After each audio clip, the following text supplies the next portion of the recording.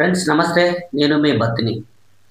ఎన్నికల హడావుడి, గ్రామాలలో ఒక పండగ వాతావరణం, ఓట్ల పండగ, ఎలక్షన్స్, గ్రామీణ ప్రాంత ఎలక్షన్స్, గ్రామ పంచాయతీ ఎలక్షన్స్, స్థానిక సంస్థల ఎలక్షన్స్ వచ్చేసాయి. నోటిఫికేషన్ రిలీజ్ అయిపోయింది. డిసెంబర్ నెలలో, వచ్చే నెలలో మనకు ఎలక్షన్స్ ఉండబోతున్నాయి. 3 విడతలుగా రాష్ట్ర వ్యాప్తంగా ఎలక్షన్లు జరగబోతున్నాయి. మొదటగా 11వ తారీఖు, రెండోది 14, మూడోది 17, 3 సార్లుగా 3 విడతలుగా ఎలక్షన్స్ మొత్తం జరగబోతున్నాయి. ఫ్రెండ్స్, ఈ సందర్భంగా మీ అందరికీ నేను ఒక విషయం చెప్పదలుచుకున్నాను. ఫ్రెండ్స్, వాస్తవానికి ఇవన్నీ స్థానిక సంస్థల ఎలక్షన్లు అంటే ఒక్కసారి మన కుటుంబంలో మనం ఏదైనా ఒక పనిని, ఒక బాధ్యతని ఇవ్వాలి అంటే ఎవరికి ఇస్తాం? కొద్దిగా మంచోడు, తెలివికల్లోడు, ఆ పని చేయగలడు అని నమ్ముకున్న వాడికే ఇస్తాం కదా. అలాగే ఇది కూడా ఈసారి మీరు ఎన్నుకోబడే వ్యక్తి, అది మీ వార్డు నెంబర్ కావచ్చు, మీ గ్రామ పంచాయతీ ప్రెసిడెంట్ కావచ్చు. నేను ఒక్క విషయాన్ని మాత్రం మీకు చాలా ఇదిగా చెప్పగలను. దాదాపు 1999లో నేను రాజకీయాల్లోకి రావడం జరిగింది. ఆ రోజు నేను ఒక పార్టీలో, నేను ఒక గ్రామ కమిటీ సభ్యుడిగా మొదలుపెట్టినటువంటి నా కెరియర్. నేను అనేక గ్రామ పంచాయతీ ఎలక్షన్లని చాలా దగ్గరుండి చూడడం జరిగింది. ఇవి భావోద్వేగాలు, కులమతాలు వీటన్నిటికీ లోనై లేదు, క్రమేణా అవి ఒక మంచి వాతావరణం నుంచి ఒక చెడు వాతావరణంలోకి వెళ్ళడం జరిగింది. అంటే డబ్బు, మందు, లేదు కులాలు, మతాలు, లేదు రాజకీయాలు వీటిలోకి గ్రామాలలోకి వచ్చేసాయి. కానీ వాస్తవానికి ఒక్కసారి ఆత్మపరిశీలన చేసుకుంటే ఈ ఎలక్షన్స్ అనేటి వాటికి రాజకీయాలకి, కులాలకి, మతాలకి ఏ సంబంధం లేదు. అందుకనే మీరు గమనించారో లేదో, ఈ గ్రామ పంచాయతీ ఎలక్షన్లకి ఎటువంటి రాజకీయ పార్టీల గుర్తులు కూడా ఉండవు. రాజకీయ పార్టీ గుర్తులు కూడా ఇవ్వదు. ఓన్లీ సాధారణమైనటువంటి గుర్తులు, మామూలు బ్యాలెట్లో మామూలు గుర్తులే ఉంటాయి. పార్టీ పేర్లు, పార్టీ అభ్యర్థులు అనేది కూడా ఇక్కడ ఎక్కడ మెన్షన్ చేయబడదు. అందుకనే మనం ఎన్నుకోబడే అభ్యర్థి, మనం ఓటేసే అభ్యర్థి, ఫస్ట్ ఆఫ్ ఆల్ ఓటు వేయడం చాలా ముఖ్యం. ప్రతి ఒక్కరూ ఇంట్లో నుంచి వెళ్ళి వాళ్ళ యొక్క అభిప్రాయాన్ని ఓటు రూపంలో తెలియజేయాల్సిన అవసరం ఎంతైనా ఉంది. రెండోది, ఎవరైతే మనం ఎన్నుకుంటున్నామో, ఎవరికైతే మనం ఓటు వేస్తున్నామో ఆ వ్యక్తి మన ఊరికి, లేదు మన వాడకి, లేదు మన కుటుంబానికి, లేదు మన మన ప్రాంతానికి ఏమైనా ఉపయోగపడతాడా లేదా, అతనిలో ఏమైనా ఉపయోగపడే గుణాలు ఉన్నాయా లేవా అని పూర్తిస్థాయిలో ఆలోచించుకొని మాత్రమే ఒక మంచి వ్యక్తిని ఎన్నుకోండి. డబ్బు కోసమో లేకపోతే మందు కోసమో అవన్నీ ఎన్నడూ చూడని కావు. అలాంటి వాటి కోసం మనం తాత్కాలిక ప్రయోజనం కోసం లోనై మన ఓటును దుర్వినియోగం చేయొద్దని తెలియజేసుకుంటూ, ఫ్రెండ్స్, అలాగే ఎలక్షన్స్ ఇప్పుడు టోటల్గా మనం ఒకసారి గమనిస్తే మన తెలంగాణ రాష్ట్రంలో 31 జిల్లాలు ఉన్నవి, 564 మండలాలు, వీటిలలో 12,728 గ్రామ పంచాయతీలు. ఇందులో 1,66,55,186 మంది వార్డు నెంబర్లుగా రేపు పోటీలో ఉండబోతున్నారు. నవంబర్ 27 నుంచి నోటిఫికేషన్ స్టార్ట్ అయిపోయింది. మనకి ఇప్పుడు 27 నుంచి 29 వరకు నామినేషన్ల స్వీకరణ మొదటి విడత ఫేజ్ 1లో, అంటే 11వ తారీఖు ఎలక్షన్స్ ఎక్కడైతే జరుగుతాయో అక్కడ మాత్రం 27 నుంచి 29 వరకు నామినేషన్ల స్వీకరణ, 30న నామినేషన్ల పరిశీలన, 2ల పరిష్కారం. అంటే ఏమైనా అభ్యంతరాలు ఉంటే 2వ తారీఖు వెళ్ళి వాళ్ళకి తెలియజేయాలి. సో ఫైనల్ అభ్యర్థుల్ని 3వ తారీఖున ఫైనల్ అయిపోతాయి. నామినేషన్ ఉపసంహరణ కూడా ఆ రోజు ఎవరైనా చేసుకునే వాళ్ళంటే చేసుకోవచ్చు. జాబితా వెల్లడి కూడా 3వ తారీఖున జరిగిపోద్ది. 3 నుంచి 11 మధ్యలో మన యొక్క గుర్తు కూడా మనకు వస్తుంది. అప్పుడు వాళ్ళ యొక్క ప్రచారం చేసుకొని 11 ఉదయం 7 గంటల నుంచే పోలింగ్ మొదలవుతుంది. 7 గంటలకు మొదలై మధ్యాహ్నం 1 గంట వరకు మాత్రమే. అంటే ఫ్రెండ్స్, మధ్యాహ్నం 1 గంట లోపు మీరు ఆ ప్రాంగణం గేటు లోపలికి వెళ్ళాలి. గేట్లు 1 గంట క్లోజ్ చేయబడతాయి. కాబట్టి ఒక్క పూట మాత్రమే ఎలక్షన్స్ ఉంటాయి. వీలైనంత త్వరగా 7 గంటలకే మీ ఓటు హక్కుని, 7 నుంచే ఓటు హక్కుని వినియోగించుకోవడానికి ప్రయత్నం చేయండి. సో 1 గంట వరకు ఓటు హక్కు వినియోగించుకోగానే 1 గంట తర్వాత 2 గంటల నుంచి ఆఫ్టర్ లంచ్ కౌంటింగ్ జరుగుతుంది. ఏ అభ్యర్థి విజయం సాధించాడు అనే విషయాన్ని కూడా అదే రోజు ప్రకటించేస్తారు.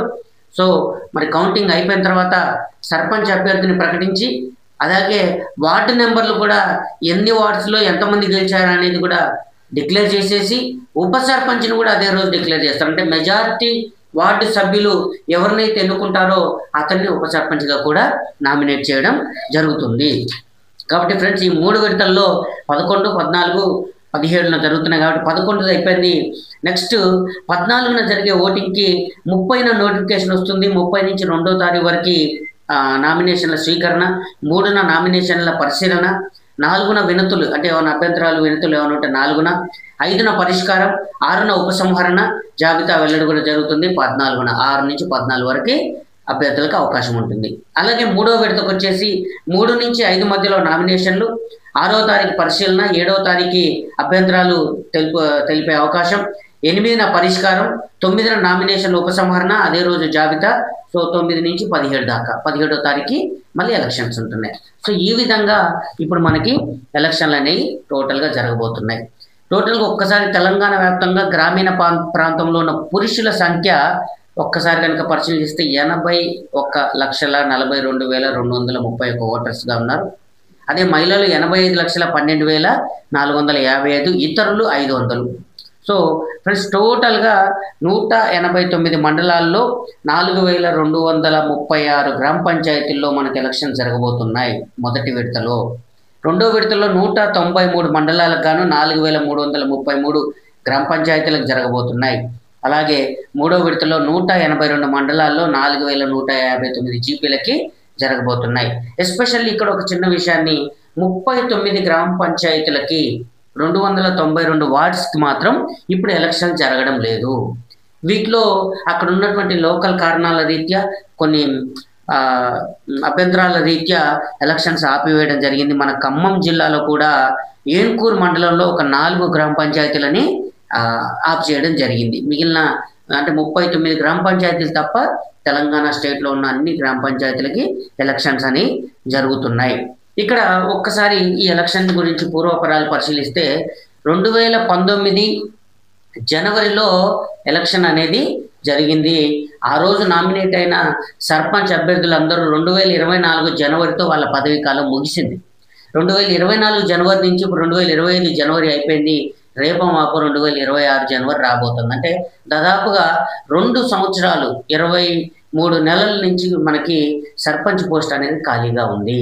మరి ఇప్పుడు అర్థాంతరంగా ఇప్పుడు ఈ ఎలక్షన్ వచ్చాయని చెప్పొచ్చు. ఎందుకు అనంటే కేంద్ర గవర్నమెంట్ ఆల్రెడీ గ్రామ పంచాయతీలలో వాడడం కోసం, గ్రామీణ ప్రాంతాల కోసం కేటాయించినటువంటి నిధులు ఏవైతున్నాయో అవి రేపు మార్చి నెలతో బడ్జెట్కు ముందు మురిగిపోనున్నాయి. కాబట్టి ఉన్నపలంగా ఎలక్షన్స్ వస్తే ఒక 2-3 నెలల్లో ఆ వర్కులు కంప్లీట్ చేసి ఆ యొక్క నిధులని సద్వినియోగం చేసుకోవచ్చు అని రాష్ట్ర ప్రభుత్వం ఆలోచించింది.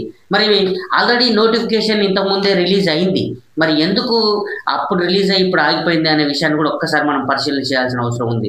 సెప్టెంబర్ 29న ఆల్రెడీ నోటిఫికేషన్ తెలంగాణ గవర్నమెంట్ ఇచ్చింది. కానీ హైకోర్టు ఉత్తర్వుల వల్ల ఈ ఎలక్షన్ ఆగిపోయింది.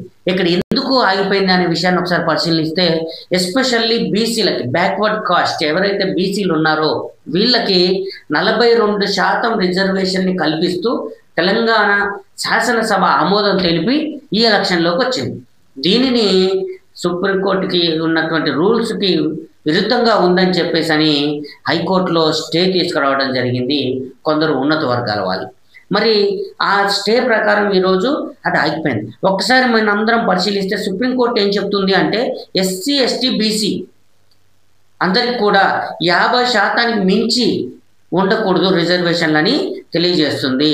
మరి ఇప్పుడు దీనివల్ల ఈ 50% మించిపోయే అవకాశం ఉంది. ఒకసారి పరిశీలన చేస్తే ఇప్పటి వరకు అమల్లో ఉన్నది బీసీలకు 29% రిజర్వేషను, అలాగే ఎస్సీలకు 15%, ఎస్టీలకు 6%, టోటల్గా 50% రిజర్వేషన్ అమల్లో ఉంది.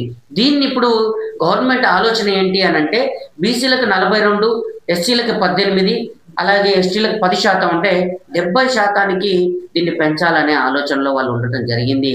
దీంట్లో భాగంగా బీసీలకి 42% అనే దాని మీద ప్రాతిపాదికన మొన్న నోటిఫికేషన్ రిలీజ్ చేశారు.